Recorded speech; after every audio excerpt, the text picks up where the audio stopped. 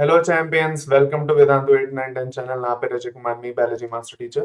ఇంకా ఈ సెషన్ లోని ట్రాన్స్పోర్టేషన్ చాప్టర్ ఏదైతే మీకు FA2 తో సంబంధించి చూసుకున్నట్లయితే చాలా ఇంపార్టెంట్ కాబట్టి మీ సిలబస్ లో ఉంది కాబట్టి దీంట్లో ఏదైతే ఎక్సర్సైజ్ ఉన్నదో లాస్ట్ లో చాప్టర్ అంతా కంప్లీట్ అయిన తర్వాత ఏవైతే ఎక్సర్సైజ్ క్వశ్చన్స్ ఇచ్చారో టోటల్ 25 క్వశ్చన్స్ ఉన్నాయి.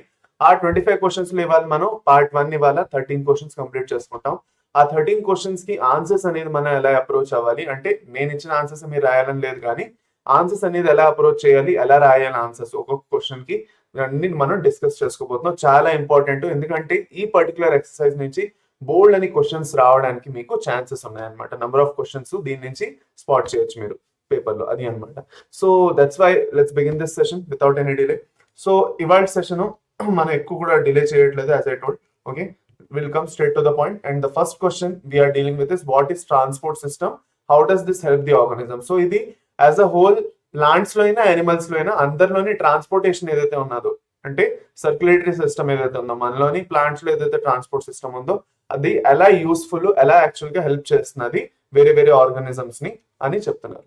Okay, so first of all మనకి ఏంటి అంటే ట్రాన్స్పోర్ట్ సిస్టమ్ ఏం చేస్తున్నది, మన బాడీలో ఉన్న న్యూట్రియంట్స్ ని, మినరల్స్ ని, వైటమిన్స్ ని, నీళ్ళని వీటన్నిటిని ఒక దగ్గర నుంచి ఇంకో దగ్గర పంపించడానికి, ట్రాన్స్పోర్ట్ చేయడానికి మనకి హెల్ప్ చేస్తుంది. మన బాడీలో, మన హ్యూమన్ బాడీ అయినా ప్లాంట్స్ లో అయినా ఒక్కొక్క సెల్ కి న్యూట్రియంట్స్ వెళ్ళాలి, ఆక్సిజన్ వెళ్ళి కార్బన్ డైఆక్సైడ్ మళ్ళీ రిమూవ్ అయిపోవాలి, ఎందుకంటే కార్బన్ డైఆక్సైడ్ అనేది వేస్ట్. అలాగే బోల్డ్ అన్ని మన బాడీలో వేస్ట్ ప్రొడక్ట్స్ క్రియేట్ అవుతుంటాయి.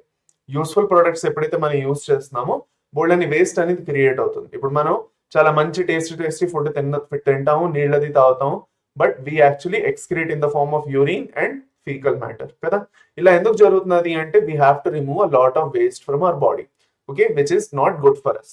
అలాగే ప్రతి ఒక్క సెల్ నుంచి వేస్ట్ మెటీరియల్ ఏదైతే ఉందో దాన్ని తీసుకొని వెళ్లే పని కూడా ట్రాన్స్పోర్ట్ సిస్టమే చేస్తున్నారు. సో ఇవన్నిటిని మనం వన్ బై వన్ డిస్కస్ చేసుకుందాం రండి. So the transport system are essential for all organisms.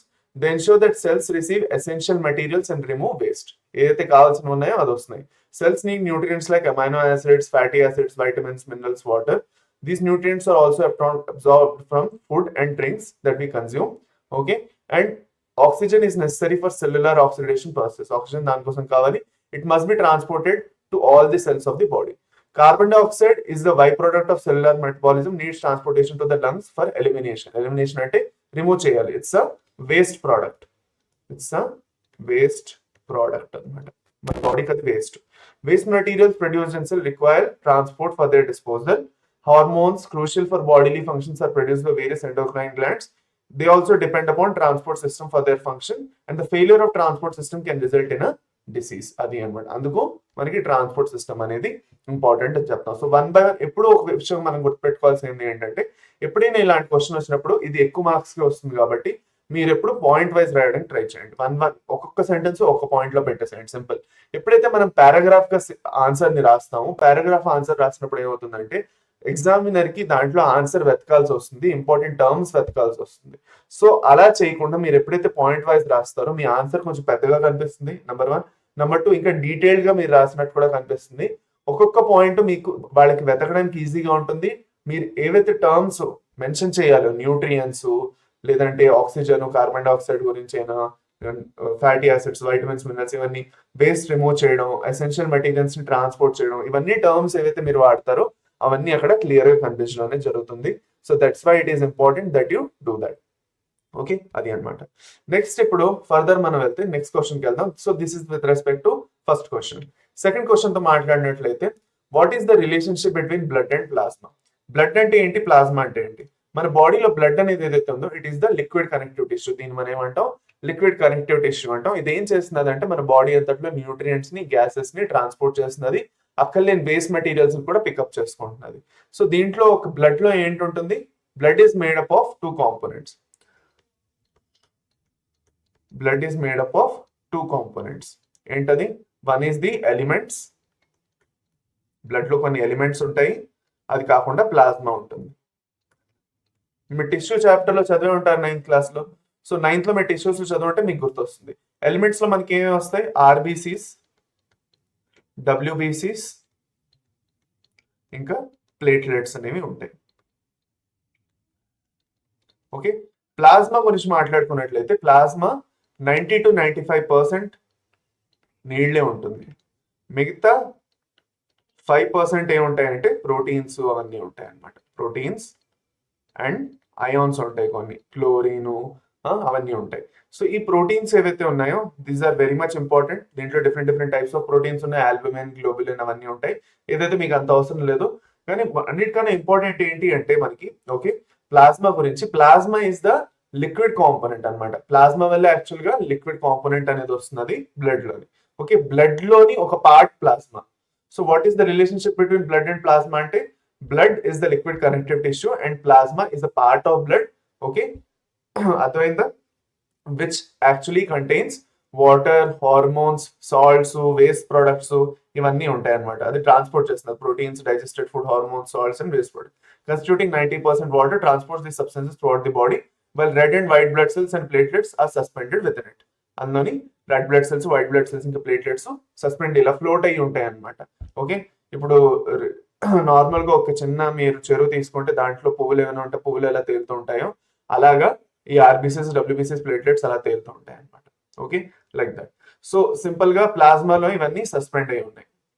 అది so this is the relationship between blood and plasma. దీనికి కావాలంటే మీరు పాయింట్ వైజ్ అయినా రాసుకోవచ్చు, లేదంటే పారాగ్రాఫ్ రాసుకోవచ్చు. దీనికి కావాలంటే బ్రేక్ డౌన్ చేసుకోండి. ఒక పాయింట్, ఇది పాయింట్ నెంబర్ 1 లో రాసుకోండి, ఇది 2 లో రాసుకోండి. ఓకే, దాని తర్వాత ఇది 3 లో రాసుకోండి, అయిపోతుంది. 3 to 4 పాయింట్స్ చేసుకోవచ్చు మీరు ఇదే ఆన్సర్ లో. ఓకే, అది. So this is with respect to second question. Okay, third question కి వెళ్దాం. Which type of blood vessels carry blood away from the heart? అంటే ఏమంటున్నారు, ఎలాంటి type of blood vessels blood heart నుంచి దూరంగా తీసుకెళ్తున్నాయి, హార్ట్ పక్క తీసుకొని రావట్లేదు. They are not carrying them towards the heart. Heart పక్క తీసుకొని రాకుండా హార్ట్ నుంచి దూరంగా తీసుకెళ్తున్నాయి అనమాట. సో హార్ట్ నుంచి దూరంగా తీసుకెళ్ళాలి అంటే ఒకటి అయోటా ఉంటుంది, ఏదైతే మన బాడీ అంతటికి బ్లడ్ ని ట్రాన్స్పోర్ట్ చేస్తుంది. ఓకే, ఆక్సిజనేటెడ్ బ్లడ్ ని. నంబర్ 1. నంబర్ 2 వచ్చేసి మనకి పల్మనరీ ఆర్టరీ ఉంటుంది, ఏదైతే డిఆక్సిజనేటెడ్ బ్లడ్. దేంట్లో అయితే కార్బన్ డైఆక్సైడ్ ఎక్కువ ఉంది, ఆ కార్బన్ డైఆక్సైడ్ ని రిమూవ్ చేయాలి అంటే అది లంగ్స్ కి వెళ్ళాలి, ఎందుకంటే లంగ్స్ లోనే రెస్పిరేషన్ అది జరిగి కార్బన్ డైఆక్సైడ్ అనేది రిమూవ్ అవుతుంది. So that is pulmonary artery.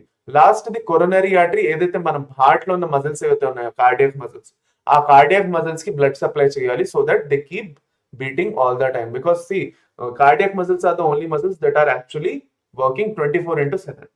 Okay, adi anamata. So now arteries which starts from the heart and supply oxygenated blood to various organs in the body. The biggest artery is the aorta. Annitikana important maniki idi aorta first. Rendothi pulmonary artery carries blood to the lungs. Okay, దీంట్లోని CO2 rich blood ని తీసుకెళ్తున్నాయి. Carry CO2 rich blood. CO2 rich blood అన్న deoxygenated blood అన్న same. దాని తర్వాత coronary artery ఏం చేస్తున్నది, మన heart లో ఉన్న ఏదైతే కార్డియాక్ మజిల్స్ ఉన్నాయో, మన హార్ట్ లో ఉన్న కార్డియాక్ మజిల్స్ కి సప్లై చేస్తాయి. ఓకే, అది అన్నమాట. So this is with respect to the third question. Which type of blood vessels carry blood away from the heart అంటే ఫస్ట్ అయోటా, ఓకే, దాని తర్వాత పల్మనరీ ఆర్టరీ, దాని తర్వాత కొరోనరీ ఆర్టరీ. ఈ 3 మీరు రాయాలి. ఓకే, అవి ఏం చేస్తున్నాయో కూడా రాయాలి, ఎందుకంటే మీ క్వశ్చన్ టైప్ కూడా చూడండి. ఇక్కడ 2 టైప్స్ ఆఫ్ క్వశ్చన్స్ అడుగుతారు. ఇంకో క్వశ్చన్ లో name the type of blood vessels that carry blood away from the heart అంటారు.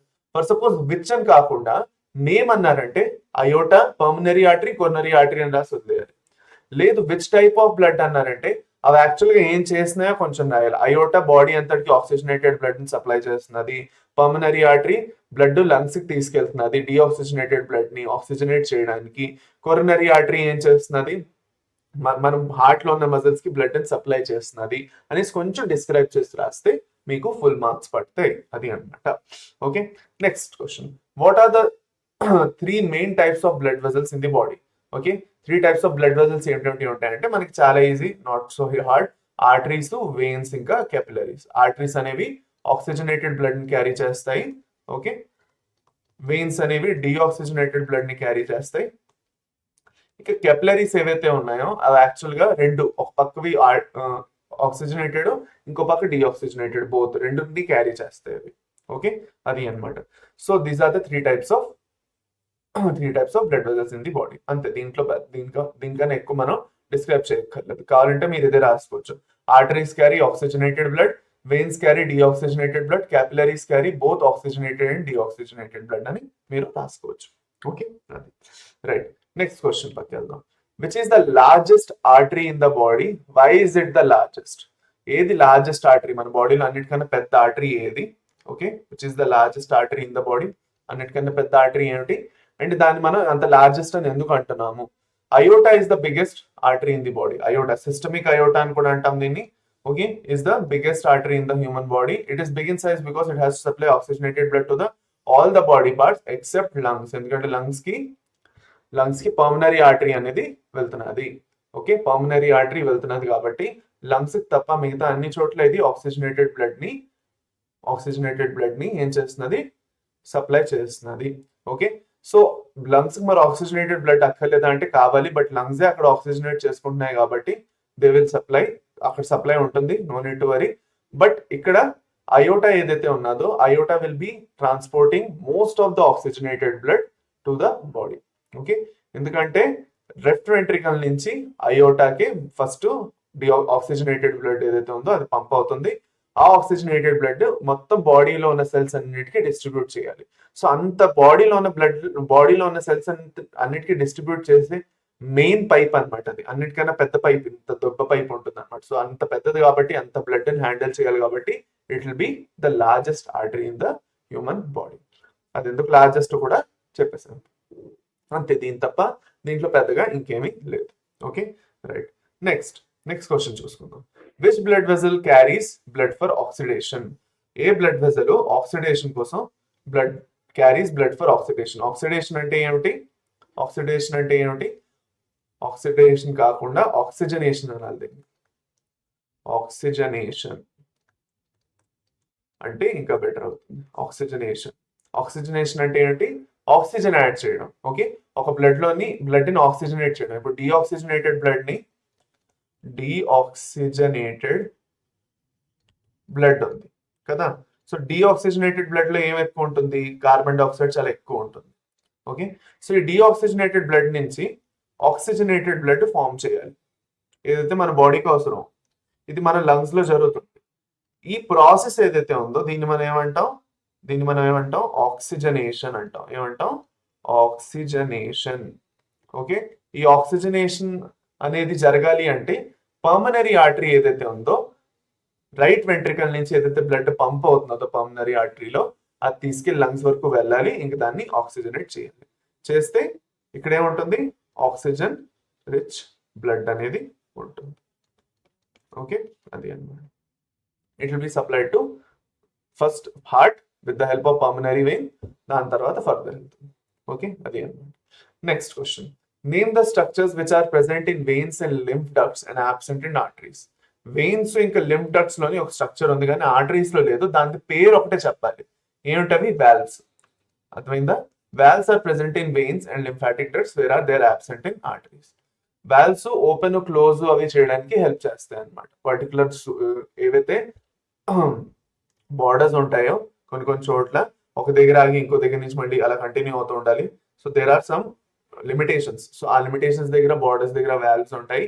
ఈ వాల్వ్స్ యాక్చువల్ గా ఏం చేస్తాయంటే ఓపెన్ ఇంకా క్లోజ్ అవుతూ ఉంటాయి అకార్డింగ్ టు ద నీడ్ అనమాట. ఓకే, సో చాలా ఇంపార్టెంట్ ఇది కూడా. సో వాల్వ్స్ ఏవైతే ఉన్నాయో they are present in veins and lymphatic ducts but they are absent in arteries. Next question.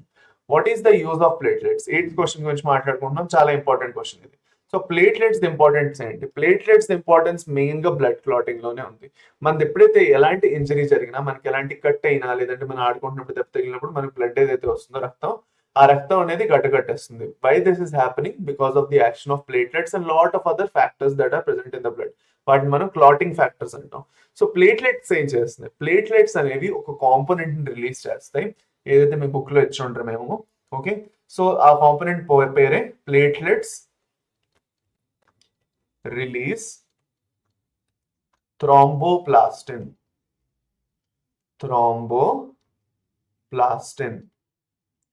Platelets ఏం రిలీజ్ చేస్తాయి? థ్రోంబోప్లాస్టిన్ అనే ఒక కాంపోనెంట్ ని రిలీజ్ చేస్తాయి. ఈ థ్రోంబోప్లాస్టిన్ ఏదైతే ఉందో దీన్ని ప్లేట్లెట్ థ్రోంబోప్లాస్టిన్ అని కూడా అంటారు. ఈ థ్రోంబోప్లాస్టిన్ యాక్చువల్ గా వెళ్ళి ఏం చేస్తుంది? థ్రోంబోకైనేస్ అనే ఒక ఎంజైమ్ ని రిలీజ్ చేపించి with the help of calcium ions clotting process ని స్టార్ట్ చేస్తుంది. మన బ్లడ్ అనేది గడ్డకడుతుంది. అది కాకుండా ఈ ప్లేట్లెట్స్ అన్ని వచ్చి ఏం చేస్తాయంటే, ఇప్పుడు మనం బ్లడ్ గడ్డకట్టేస్తే ఇలాంటి మెష్ లాంటిది క్రియేట్ అవుతుంది మన స్కిన్ మీద.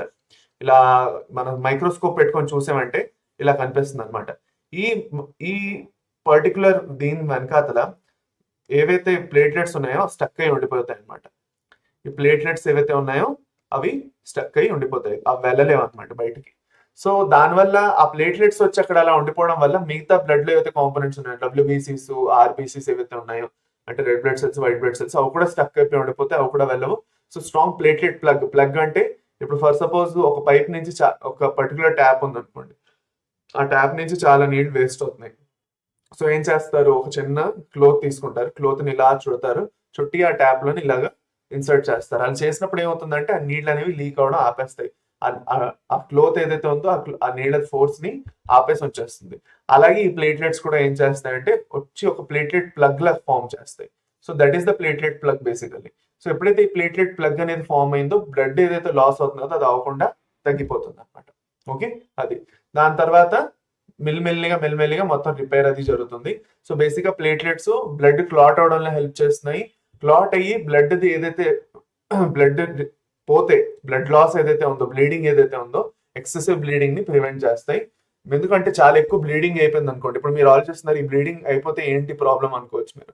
మన బాడీ నుంచి ఎక్కువ బ్లడ్ వెళ్ళిపోయినా లేదంటే ఎక్కువ బ్లీడింగ్ జరిగినా ఏం జరుగుతుందంటే బోల్డంత బ్లడ్ లాస్ జరగడం వల్ల మన బాడీలోని బ్లడ్ అనేది చాలా ఇంపార్టెంట్. మనం చదువుకుంటాం కదా, మన బాడీలో న్యూట్రియంట్స్, గ్యాసెస్ అవన్నీ అదే ట్రాన్స్పోర్ట్ చేస్తున్నది. సో అది లేకపోతే బోల్డ్ అన్ని మెటీరియల్స్ ట్రాన్స్పోర్ట్ అవ్వవు, బోల్డ్ అంత వేస్ట్ ప్రొడక్ట్స్ యాక్చువల్ గా మన బాడీ నుంచి పికప్ అవ్వవు.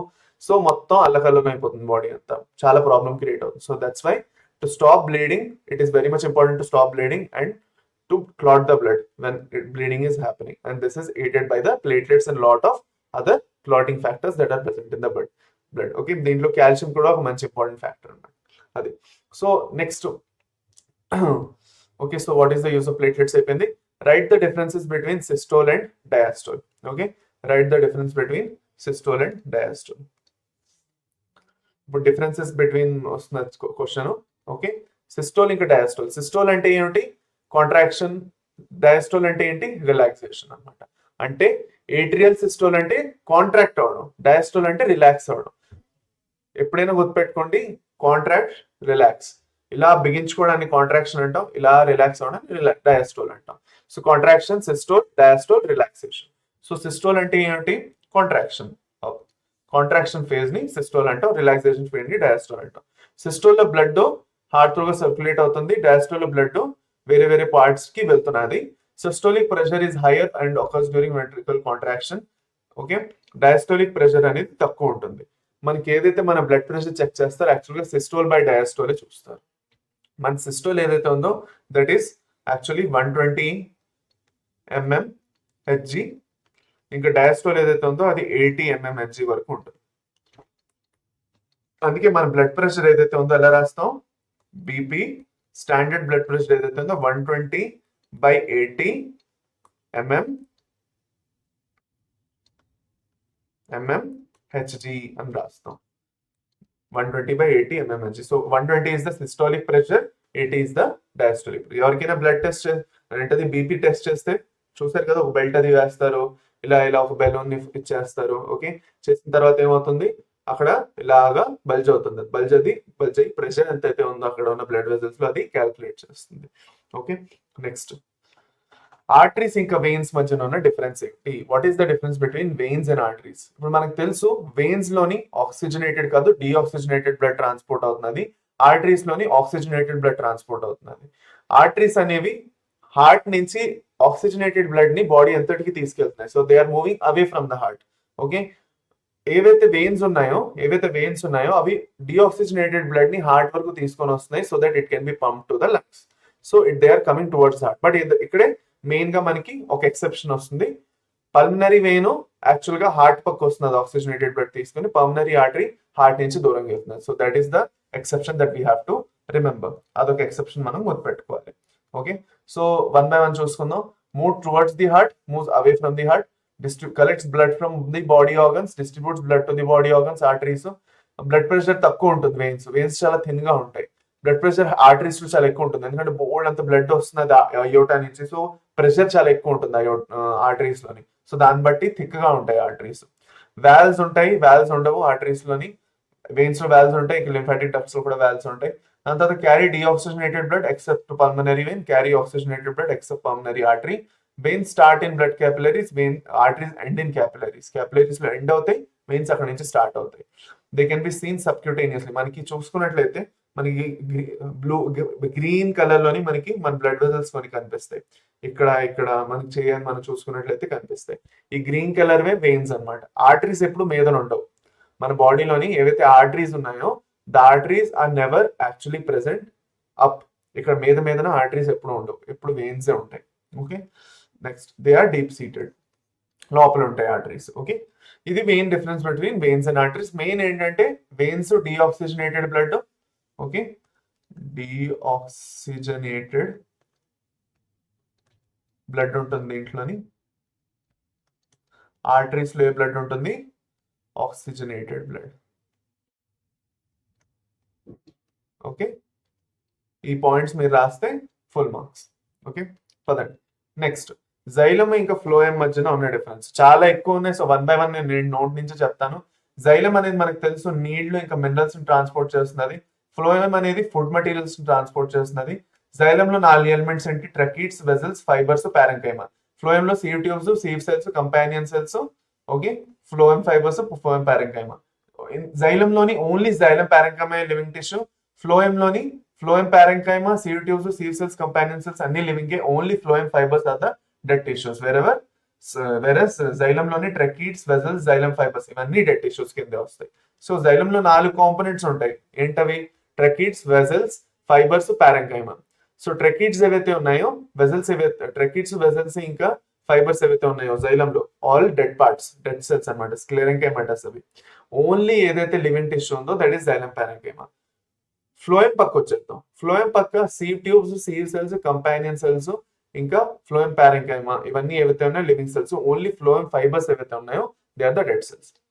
Next, xylem gives mechanical strength to the plant. అంటే మెకానికల్ స్ట్రెంత్ అంటే స్ట్రెంత్ ఇస్తుంది అనమాట. ఎందుకంటే ఎలాంటి డెడ్ టిష్యూ అయినా మనం చదువుకుంటే మనం ఆల్రెడీ తెలుసు మనకి స్ట్రెంత్ అనేది ఇస్తుంది. మన టిష్యూస్ లో నైన్త్ లో టిష్యూస్ లో మీరు చదివే ఉంటారు. స్క్లెరెంకైమా ఏదైతే ఉందో because it is a dead tissue it gives a lot of strength and it has actually this suberin and lignin. Okay, cell wall ఏదైతే ఉందో అది సూబరిన్ ఇంకా లిగ్నిన్ తో ఫామ్ అయి ఉంటుంది. సూబరిన్ ఇంకా లిగ్నిన్ తో ఫామ్ అవడం వల్ల ఏం జరుగుతుంది? It is impermeable to gases and water. నీళ్లు లోపలికి రాలేవు, గ్యాసెస్ లోపలికి రాలేవు. సో ఆ డెడ్ సెల్ ఏంటి చాలా స్ట్రాంగ్ గా ఉంటుంది. ఏం చేసినా కూడా అది యాక్చువల్గా పాడవుతుంది త్వరగా, అది అనమాట. సో అందుకే దానివల్ల మెకానికల్ స్ట్రెంత్ అనేది ఈజీగా ప్లాంట్ కి దొరుకుతుంది. ఫ్లోయం త్రూగా ఎలాంటి మెకానికల్ స్ట్రెంత్ రాదు, చాలా తక్కువ. Conduction of water by xylem is unidirectional. Okay direction వెళ్తుంది, రూట్స్ నుంచి మీద పక్క. ఫ్లోయం లో ఎలాగంటే లీవ్స్ నుంచి వేరే వేరే చోట్ల వెళ్తుంది, స్టోరేజ్ కోసం, యూసేజ్ కోసం. సో బై డైరెక్షనల్ అంటారు దీన్ని. దాని తర్వాత జైలం ఈ స్టార్ షేప్డ్. ఓకే, అది కాకుండా ఇప్పుడు ఫ్లోయం లో ఇంకోటి ఏంటంటే ఫర్ సపోజ్ లీవ్స్ లోని ఇప్పుడు మనం మాట్లాడుకుంటే if you think about it, ఒక ప్లాంట్ ఉన్నది, ఒక ప్లాంట్ లో రూట్స్ ఉన్నాయి. ఓకే, రూట్స్ ఉన్నాయి, లీఫ్ ఉంది. ఇప్పుడు ఈ లీఫ్ లోని ఫుడ్ అనేది ప్రొడ్యూస్ అవుతున్నది. ఈ ఫుడ్ ప్రొడ్యూస్ అవుతున్న ఫుడ్ ఏదైతే ఉన్నదో లీఫ్ లోని it can travel 2 directions. Okay, ఇది ఇలాగ వచ్చి ఇటు పక్క స్టెమ్ పక్క వెళ్ళొచ్చు, ఇలా రూట్ పక్క వెళ్ళొచ్చు. రూట్ పక్క వెళ్ళి రూట్ లో కొంత ఫుడ్ స్టోర్ అవ్వచ్చు, మన క్యారెట్, బీట్రూట్స్ ఏవైతే ఉన్నాయో అలాగనమాట. స్టోర్ అయ్యి మళ్ళీ రూట్ నుంచి మళ్ళీ ఫుడ్ ప్లాంట్ కి కావాలంటే మళ్ళీ రూట్ కూడా కొంత ఫుడ్ ప్లాంట్ కి మళ్ళీ తిరిగి ఇస్తుంది. సో ఇక్కడ ఏం జరుగుతుంది అంటే ఒక డైరెక్షన్ లోనే కాకుండా వేరే వేరే డైరెక్షన్స్, రెండేసి డైరెక్షన్ లో జరుగుతుంది. వచ్చి స్టోర్ అయ్యి మళ్ళీ అక్కడి నుంచి వెళ్ళొచ్చు. ఇంకా లీఫ్ ఒట్టి రూట్ పక్కే కాకుండా వేరే పక్క కూడా పంపించవచ్చు towards other parts of the plant body, fruits పక్క, ఫ్లవర్స్ పక్క. So with this we can understand that phloem's direction of food transport is bidirectional. Xylem is star shaped, phloem is not star shaped. Xylem occupies the center of the vascular bundle. Okay, side of the vascular. నేను అంటాను మీకు 6 points ఏవైతే ఉన్నాయో first 6 points మాత్రం గుర్తుపెట్టుకోండి, చాలా important. First 6 points, ఈ first 6 points చాలా ఇంపార్టెంట్, ఇవి మాత్రం గుర్తుపెట్టుకోండి. ఓకే, మర్చిపోవద్దు. జస్ట్ మినిట్ హైలైట్ చేస్తాను.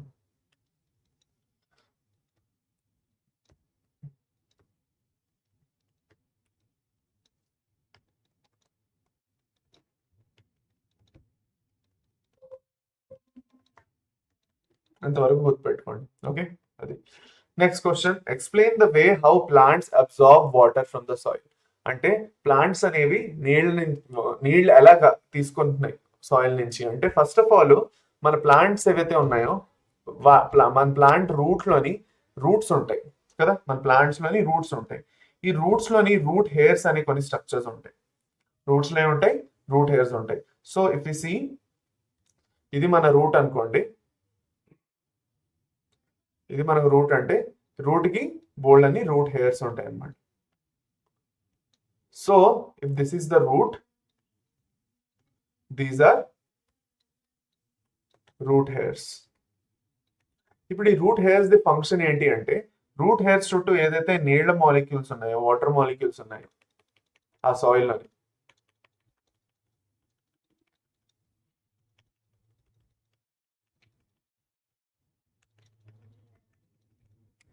రూట్ చుట్టూ ఏవైతే నీళ్ల మాలిక్యూల్ ఉన్నాయో వాటిని యాక్చువల్ గా రూట్స్ లోపలికి తీసుకోవడం అనమాట.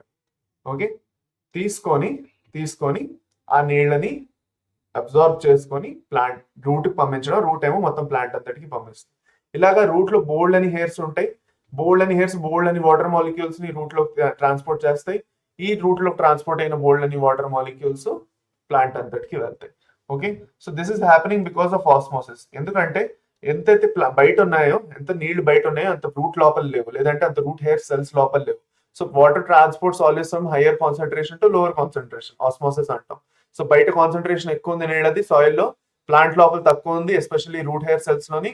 దానివల్ల నీళ్ళు లోపలికి వెళ్తాయి అనమాట. సో ఇప్పుడు root hair cells grow out into the spaces, అవన్నీ ఉంది. The soil more dilute than the cells have, therefore vacuum లోకి వెళ్ళిపోతుంది ఆస్మోసిస్ త్రూగా.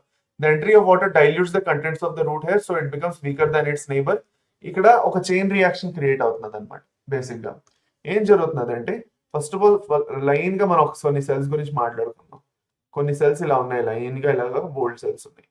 ఇది నేను ఈ పర్టికులర్ ఏరియాని తీసుకుంటున్నాను అనుకోండి, ఈ పర్టికులర్ ఏరియాలోని సెల్స్ ఇలా ఉన్నాయి. సో ఫస్ట్ వాటర్ అనేది ఈ సెల్ లోకి ఎంటర్ అవుతుంది. The water molecule will enter into this cell బయట నుంచి. ఇది రూట్ హెయిర్ సెల్ అనుకోండి, ఇది రూట్ హెయిర్, ఇది ఫస్ట్ సెల్, ఇదంతా రూట్ హెయిర్, ఇది మెయిన్ రూట్ సెల్ అనుకోండి, రూట్ లోపల ఉన్న సెల్ అనుకోండి. So the water will keep transporting this direction.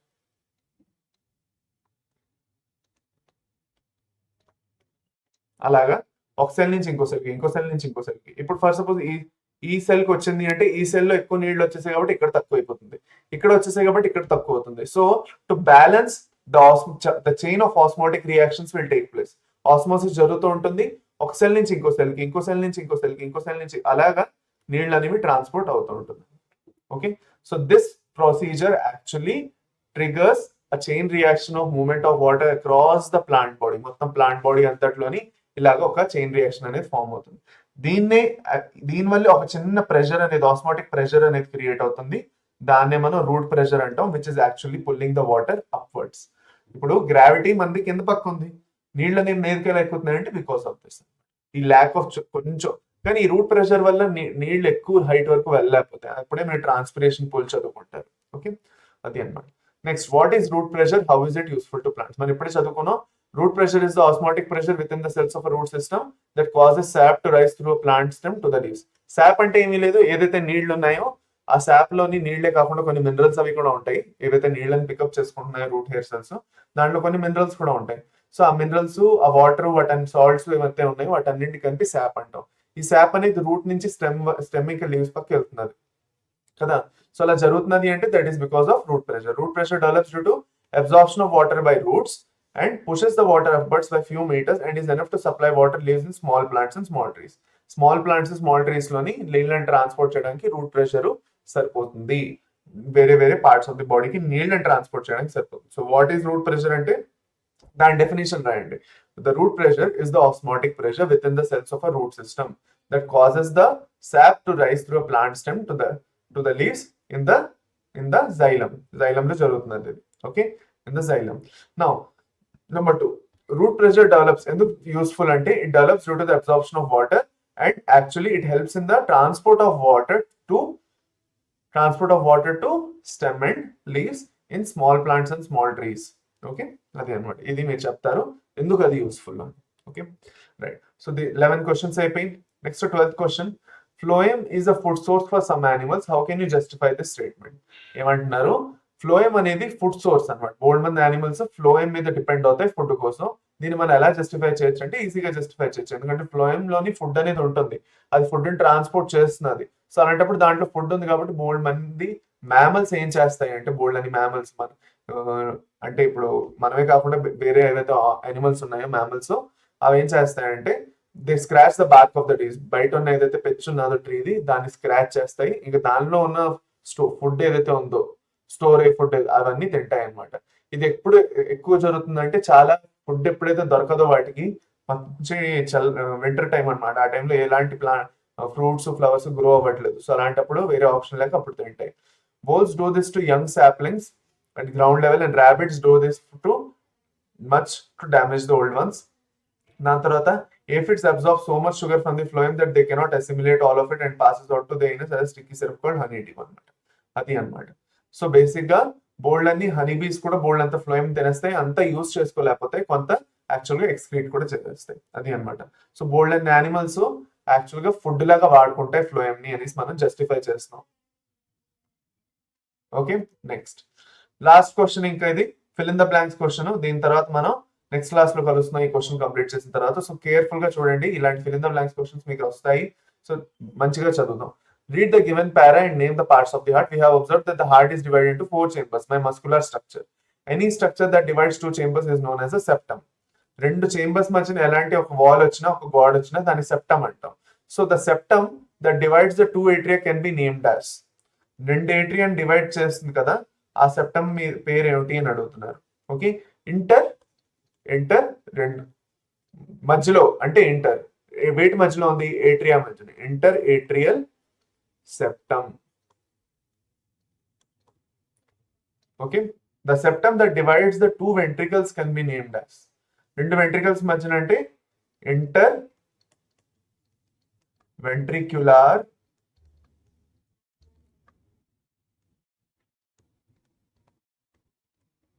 septum, internal ventricular septum.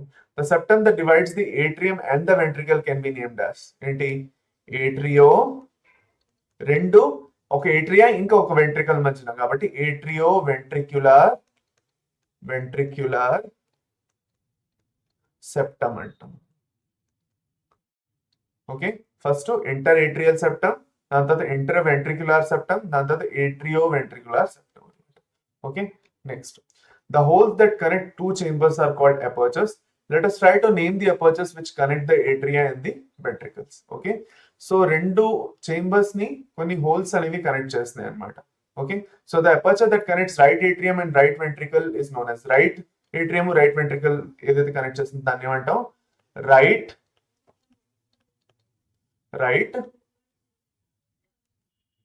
ఏంటంటాం, ఏట్రియో వెంట్రిక్యులార్ atrioventricular aperture. అదే లెఫ్ట్ కి ఇంకా right, left atrium left ventricle కడితే లెఫ్ట్ ఏట్రియో వెంట్రిక్యులార్ అపర్చర్. ఓకే, అది అన్నమాట. Next last, any structure that closes an aperture and allows one-way movement of materials is called as a valve. Now let us name the valves that are present in the chambers of the heart. రెండు valves ఉన్నాయి. Okay, రెండు atrioventricular valves గురించి మనం మాట్లాడుతున్నాం. వీటిని మనం AV valves అని కూడా అంటాం, atrioventricular valves అంటాం వీటిని. ఇప్పుడు the valve that is present between left atrium and left ventricle అంటే దాన్ని మనం ఏమంటాం, bicuspid. రెండు cusps ఉంటాయి, bicuspid valve. దీన్ని మనం ఇంకోటి ఏంటంటాం, దీన్ని మనం మిట్రల్ వాల్వ్ అని కూడా అంటాం. We call it as mitral valve. Okay, ఇంకో the valve that is present between right atrium and right ventricle. Right atrium ఇంకా రైట్ వెంట్రికల్ మధ్య ఏదైతే ఉంటుందో దాన్ని ఏమంటాం, ట్రైకస్పిడ్ అంటాం. 3 కస్పులు ఉంటాయి, ట్రైకస్పిడ్ వాల్వ్. ఓకే, అది అన్నమాట. సో టిల్ హియర్ మనకి 13 క్వశ్చన్స్ కంప్లీట్ అయిపోయి. నెక్స్ట్ చాప్టర్ లో నెక్స్ట్ సెషన్ లో మనం 14 నుంచి 25 క్వశ్చన్స్ ఏవైతే ఉన్నాయో అవన్నీ సాల్వ్ చేసుకుంటే ట్రాన్స్పోర్టేషన్ చాప్టర్ లో ఏవైతే క్వశ్చన్స్ ఉన్నాయో కంప్లీట్ అయిపోతాయి. దాని తర్వాత ఎక్స్క్యూషన్ చాప్టర్ లో కూడా ఇలాగే చేసుకుందాం. ఈ క్వశ్చన్స్ అన్ని ప్రాక్టీస్ చేసి చదువుకొని ప్రాక్టీస్ చేస్తుండండి. దీనివల్ల ఏంటంటే మీకు ఎగ్జామ్ లో చాలా యూస్ఫుల్ అవుతుంది. ఇవే క్వశ్చన్స్ ఎక్కువగా రిపీట్ అవుతాయి, లేదంటే ఈ క్వశ్చన్ నుంచి కొత్త క్వశ్చన్ ఫామ్ చేస్తారు. సో ఎంతైనా మీరు ఈ క్వశ్చన్స్ ఒకసారి ప్రాక్టీస్ చేస్తే మీకు డెఫినెట్లీ యూజ్ అవుతుంది. Okay, so that's all from my side. Okay, answers ఇక్కడ ఉన్నాయి, మీరు చూసుకోవచ్చు. Okay, that's all from my side. And definitely next session లో మళ్ళీ కలుద్దాం, మళ్ళీ ఈ క్వశ్చన్స్ అన్ని కంప్లీట్ చేసుకుందాం. అప్పటి వరకు by by, take care and have a nice day. By by.